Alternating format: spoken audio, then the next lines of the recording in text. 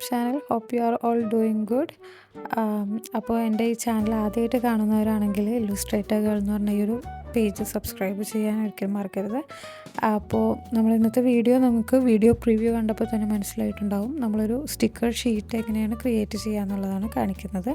അപ്പോൾ അതിന് വേണ്ടിയിട്ട് ഒബ്വിയസ്ലി ഒരു ഡിജിറ്റൽ സ്ക്രീൻ നമ്മളെങ്ങനെയാണോ വരയ്ക്കാൻ ഉദ്ദേശിക്കുന്നത്, ഇപ്പോൾ നിങ്ങൾക്ക് പ്രിൻ്റ് എടുത്തിട്ടുള്ളതാണെങ്കിൽ വേണ്ടിയെങ്കിൽ നിങ്ങൾക്കൊരു പ്രിൻ്ററും വേണം, ഒരു ഡിജിറ്റൽ ഡിവൈസ് വരയ്ക്കാൻ വേണ്ടി വേണം. ചിലർ കമ്പ്യൂട്ടറിൽ മൗസ് യൂസ് ചെയ്ത് വരയ്ക്കുന്നുണ്ട്, അല്ലെങ്കിൽ പെന്ന് യൂസ് ചെയ്തിട്ട്. ഞാനിപ്പോൾ ഇവിടെ ഐപാഡിൽ പ്രോക്രിയേറ്റ് എന്ന് പറഞ്ഞൊരു ആപ്പിലാണ് ഞാനിതിൻ്റെ ഡിസൈൻ എനിക്ക് വരച്ചെടുക്കുന്നത്. ഇനിയിപ്പോൾ നിങ്ങൾക്ക് അങ്ങനെ വരയ്ക്കാൻ താല്പര്യമില്ല എന്നുണ്ടെങ്കിൽ നിങ്ങൾക്ക് പിൻട്രസ്റ്റ് അങ്ങനത്തെ കുറേ പ്ലാറ്റ്ഫോംസ് ഉണ്ടല്ലോ. അപ്പോൾ അതിൽ നിന്ന് നമുക്ക് ഇഷ്ടമുള്ള സ്റ്റിക്കേഴ്സ് കൊടുത്തിട്ട് ഇതേപോലെ ഒരു ഷീറ്റിൽ നമുക്ക് അറേഞ്ച് ചെയ്ത് വെക്കാം. പിന്നെ നമ്മൾ വരച്ചിട്ട് സ്റ്റിക്കർ ഷീറ്റ് ഉണ്ടാക്കാനും പറ്റും. ഞാനിപ്പോൾ ഡിജിറ്റലായിട്ട് ചെയ്യുന്നതാണ് കാണിക്കുന്നത്. അപ്പോൾ അതിന് വേണ്ടിയിട്ട് നമുക്ക് സ്റ്റിക്കർ ഷീറ്റ് വേണം. പിന്നെ കട്ടിങ് മെഷീൻ, ഞാൻ ക്രിക്കറ്റിൻ്റെ കട്ടിങ് മെഷീനാണ് യൂസ് ചെയ്യുന്നത്. പിന്നെ ഒരു പ്രിൻ്റർ വേണം. അപ്പോൾ ഇതൊക്കെയാണ് നമ്മൾ ഈ ഒരു സ്റ്റിക്കർ ഷീറ്റ് ഉണ്ടാക്കാൻ വേണ്ടിയിട്ട് ആദ്യമായിട്ട് വേണ്ടിയിട്ടുള്ള കാര്യങ്ങൾ. പിന്നെ വരക്കുന്നത് ഈ പറഞ്ഞ പോലെ നിങ്ങൾക്കിത് അവസാനം വേണമെങ്കിൽ നമുക്ക് ലാമിനേഷൻ ചെയ്തെടുക്കാം. ലാമിനേഷൻ ഞാൻ ചെയ്യുന്നില്ല.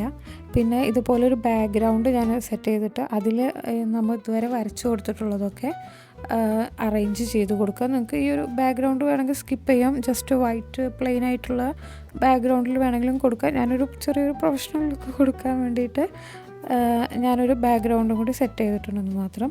പിന്നെ ഇനിയിപ്പോൾ ഇതുപോലെ നമുക്ക് ബാക്ക്ഗ്രൗണ്ടിൽ ഒരു ചെറിയൊരു ഔട്ട്ലൈനും കൂടി കൊടുക്കുകയാണെന്നുണ്ടെങ്കിൽ നമ്മൾ ഇത് എഡ്ജസ് ഒന്നും കട്ടാക്കി പോവാതെ നമുക്ക് കിട്ടും. ചിലപ്പോൾ ആ ഒരു ഭാഗമൊക്കെ ഇങ്ങനെ ചുളുങ്ങി പോകാൻ ചാൻസ് ഉണ്ട് നമ്മൾ കട്ടിങ് മെഷീനിൽ കട്ട് ചെയ്യുമ്പോൾ.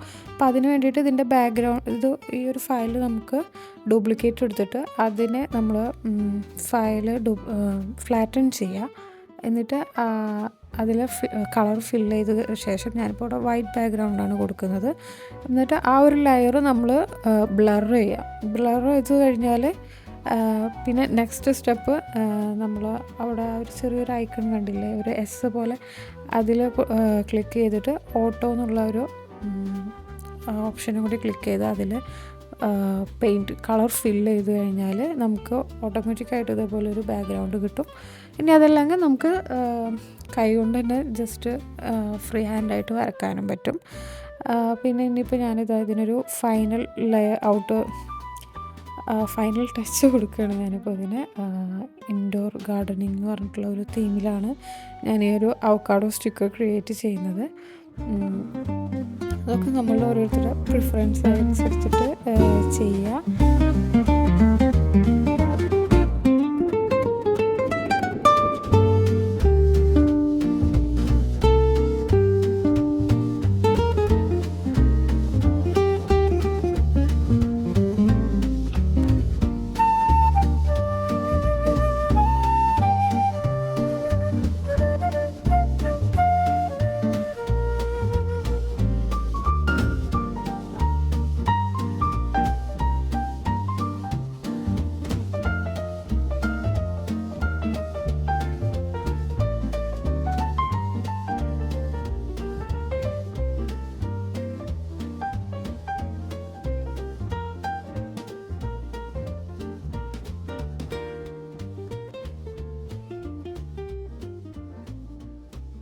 അപ്പോൾ ഇതിൽ കാണുന്ന പോലെ ഞാൻ 2 ലെയേഴ്സാക്കി 2 ഗ്രൂപ്പാക്കി മാറ്റിയിട്ടുണ്ട്.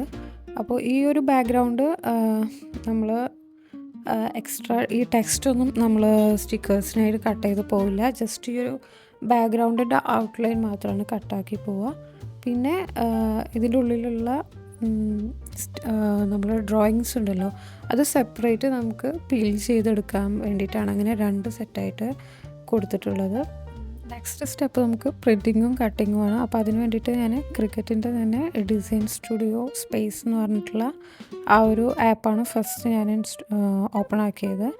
എന്നിട്ട് ഇനി അതിലേക്ക് നമ്മൾ പുതിയ ഇമേജ് അപ്ലോഡ് ചെയ്ത് കൊടുക്കണം. നമ്മൾ വരച്ച് വെച്ചിട്ടുള്ള ഇത് ഫസ്റ്റ് ഞാൻ ഈ ഒരു ബാക്ക്ഗ്രൗണ്ടാണ് ഇത് PNG ഫയലായിട്ടാണ് നമ്മൾ ഔട്ട് എടുത്തിട്ടുണ്ടായിരുന്നത്. അപ്പോൾ അത് അപ്ലോഡ് ചെയ്ത് കൊടുത്തിട്ടുണ്ട്.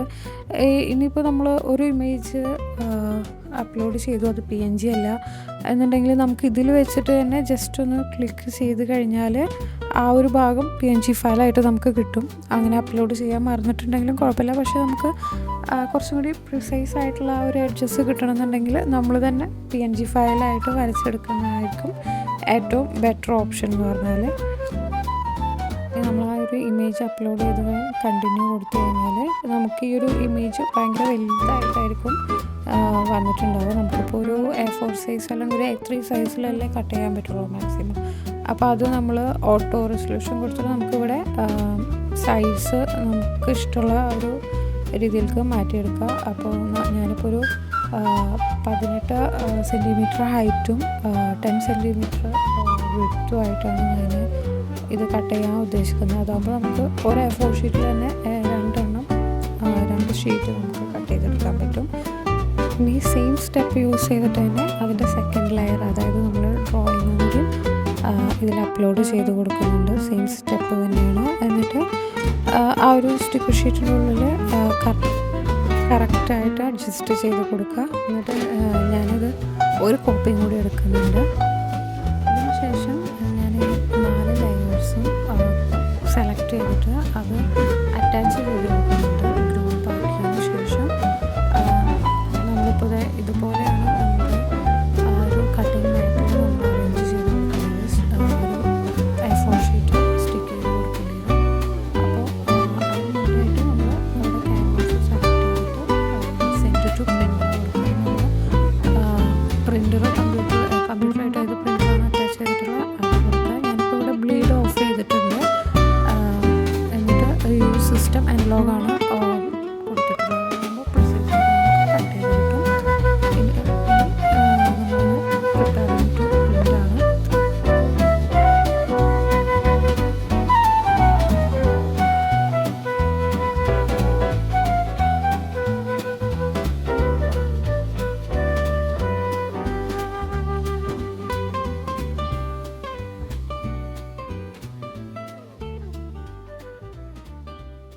ഇനി അടുത്തതായിട്ട് നമ്മൾ ആ ഒരു പ്രിൻ്റ് എടുത്ത ഒരു A4 ഷീറ്റ്, ഞാൻ പറയാൻ വിട്ടുപോയി, അത് സ്റ്റിക്കർ ഷീറ്റിലാണ് ഞാൻ പ്രിൻ്റ് എടുത്തിട്ടുള്ളത്.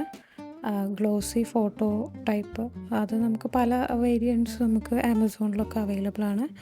അപ്പോൾ ഞാൻ ഈ ഒരു കട്ടിങ് മാറ്റിലേക്ക് ഈ ഒരു സ്റ്റിക്കർ ഷീറ്റ് ഒട്ടിച്ച് കൊടുക്കുകയാണ്. ഈ ഒരു കോർണറിൽ ആ ഒരു മാർക്ക് കണ്ടില്ലേ, ആ ഭാഗം വേണം നമ്മൾ ആ ഒരു എഡ്ജിനോട് ചേർത്ത് കറക്റ്റായിട്ട് ഒട്ടിച്ച് കൊടുക്കണം. മാക്സിമം നമ്മൾ ആ ഒരു ലൈനിനോട് ഏറ്റവും ലാസ്റ്റിലുള്ള ആ ഒരു ലൈൻ ഉണ്ടല്ലോ, ആ ഒരു ഭാഗത്ത് തന്നെ ഒട്ടിച്ച് കൊടുക്കാൻ നോക്കുക. അതല്ലാന്നുണ്ടെങ്കിൽ കറക്റ്റായിട്ട് ചിലപ്പോൾ കട്ടായി വരണമെന്നില്ല.